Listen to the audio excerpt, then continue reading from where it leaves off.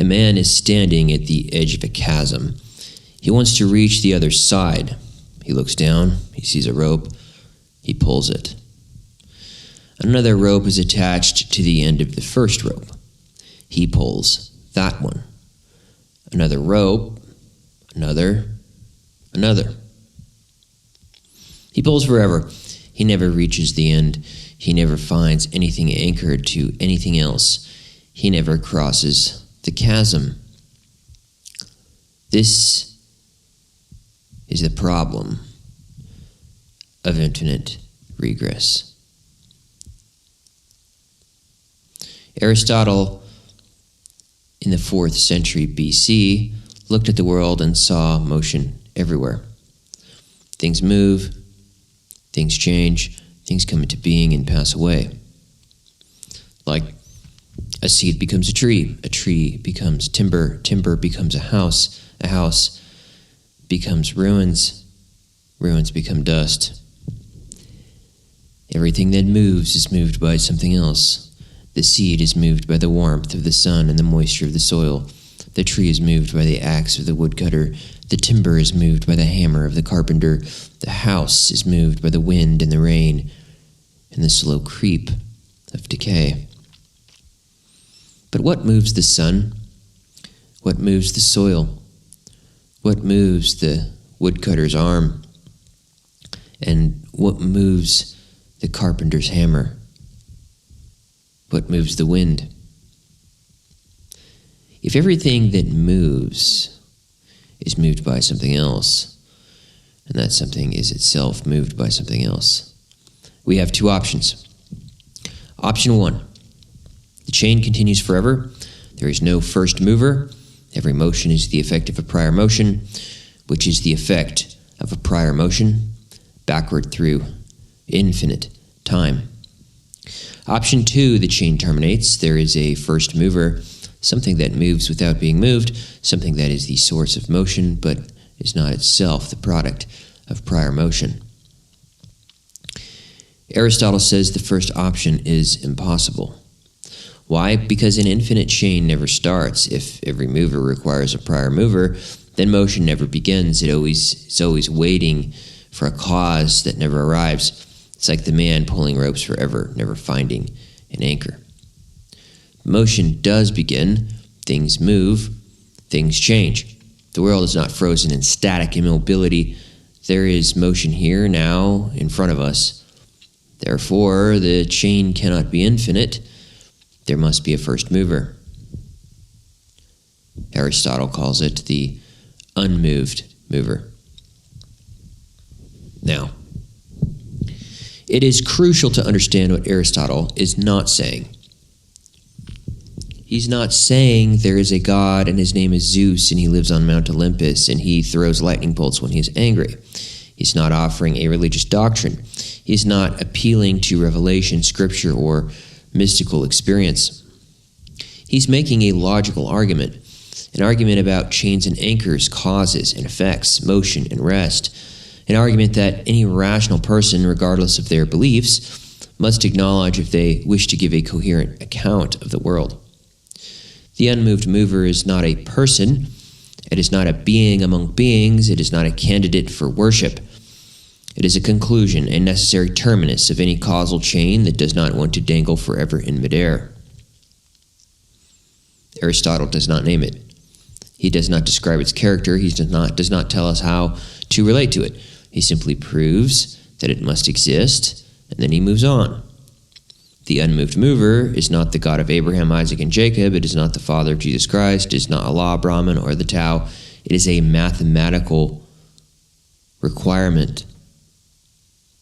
Now consider the chain more carefully. Aristotle distinguishes 4 kinds of cause: material, formal, efficient, and final. The efficient cause is the agent that brings something about. The sculptor is the efficient cause of the statue. The father is the efficient cause of the child. The sun is the efficient cause of the plant's growth. When Aristotle speaks of motion, he is primarily concerned with efficient causation. Something acts on something else, and the something else is changed. But he also recognizes that efficient causation is not the whole story. The final cause, the purpose or end toward which something moves, is equally important. The statue exists for the sake of beauty. The child exists for the sake of adulthood. The plant exists for the sake of reproduction and decay. But the unmoved mover is not only the first efficient cause, it is also the final cause, the ultimate end toward which all motion tends. This is why Aristotle describes it as thought thinking itself. The unmoved mover does not act upon the world in the way that a sculptor acts upon clay. It does not push, pull, shape, or manipulate. It simply is. And its being is so perfect, so complete, so utterly actual, that everything else strives to imitate it. The stone falls because it wants to be at rest, and the unmoved mover is perfect rest. The fire rises because it wants to be near the celestial spheres, and the unmoved mover is perfect actuality. The human being thinks because it wants to know, and the unmoved mover is perfect knowledge. The unmoved mover moves the world not by acting, but by attracting. It is the beloved, not the lover. It is the goal, not the agent. So this is a strange kind of causation, but it is the only kind that does not involve change in the cause. The unmoved mover remains unmoved. It does not acquire anything new. It does not lose anything old. It simply is what it is eternally, and its eternal perfection draws all things toward itself. Now, we must ask, what are the attributes of this unmoved mover? Aristotle is cautious. He does not speculate beyond what his argument requires, but the argument itself forces certain conclusions. First, the unmoved mover must be immaterial.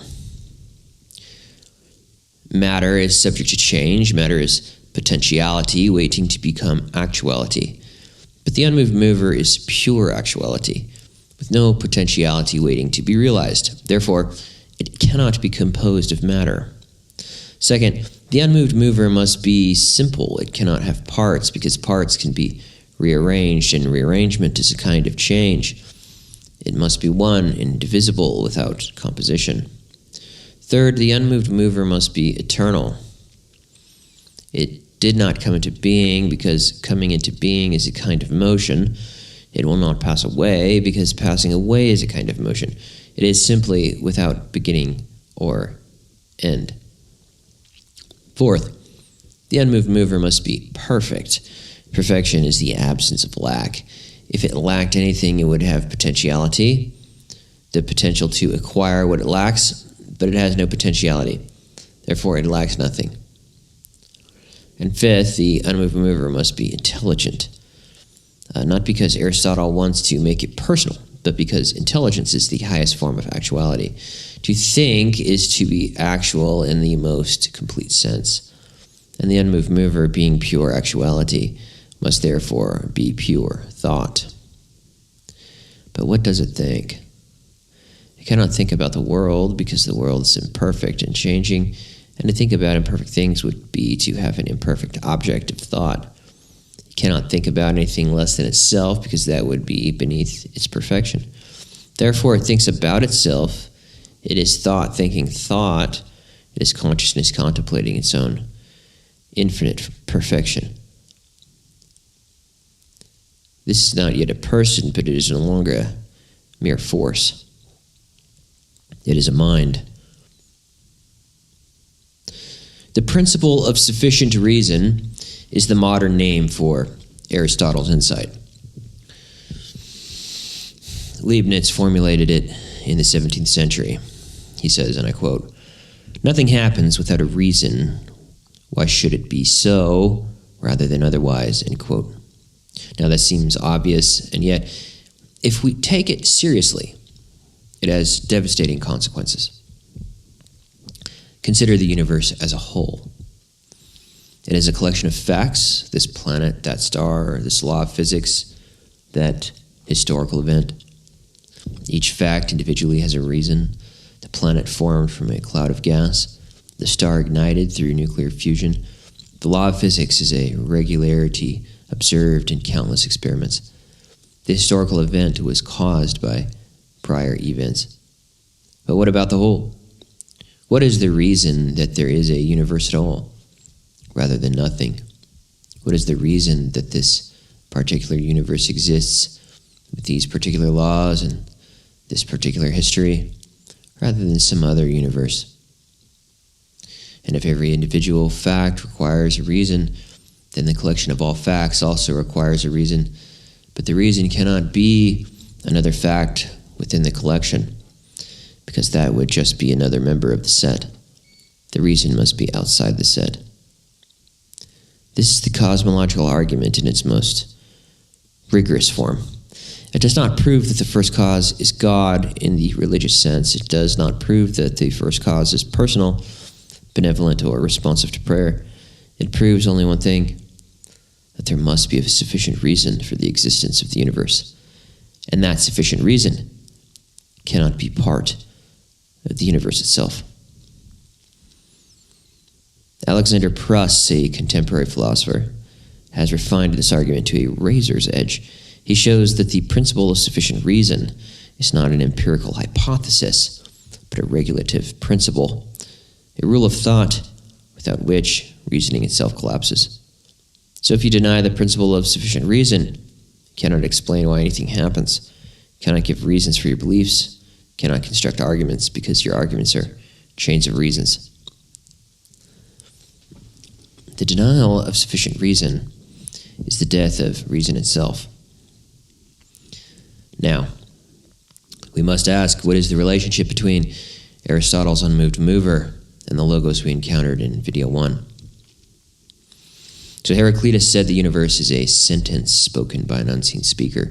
Aristotle says the universe is a chain of motion anchored by an unmoved mover. These are not the same argument. They come from different centuries, different philosophical traditions, different questions. Heraclitus was asking about the structure of reality. Aristotle was asking about the origin of motion. And yet they converge. The sentence requires a speaker, the chain requires an anchor, the effect requires a cause, the many requires the one. The logos is the structure of the sentence, the unmoved mover is the source of the motion. But the speaker and the mover, are they the same? Heraclitus does not say. Aristotle does not ask. They leave the question hanging like a rope over a chasm, waiting for someone to pull it. So here's what you've learned. You've learned that an infinite regress of causes explains nothing. It merely postpones the explanation. A chain with no anchor cannot support anything. You have learned that Aristotle's unmoved mover is not a religious postulate, but a logical necessity. It is the conclusion of an argument, not the premise of a faith. It is required by the very act of giving reasons.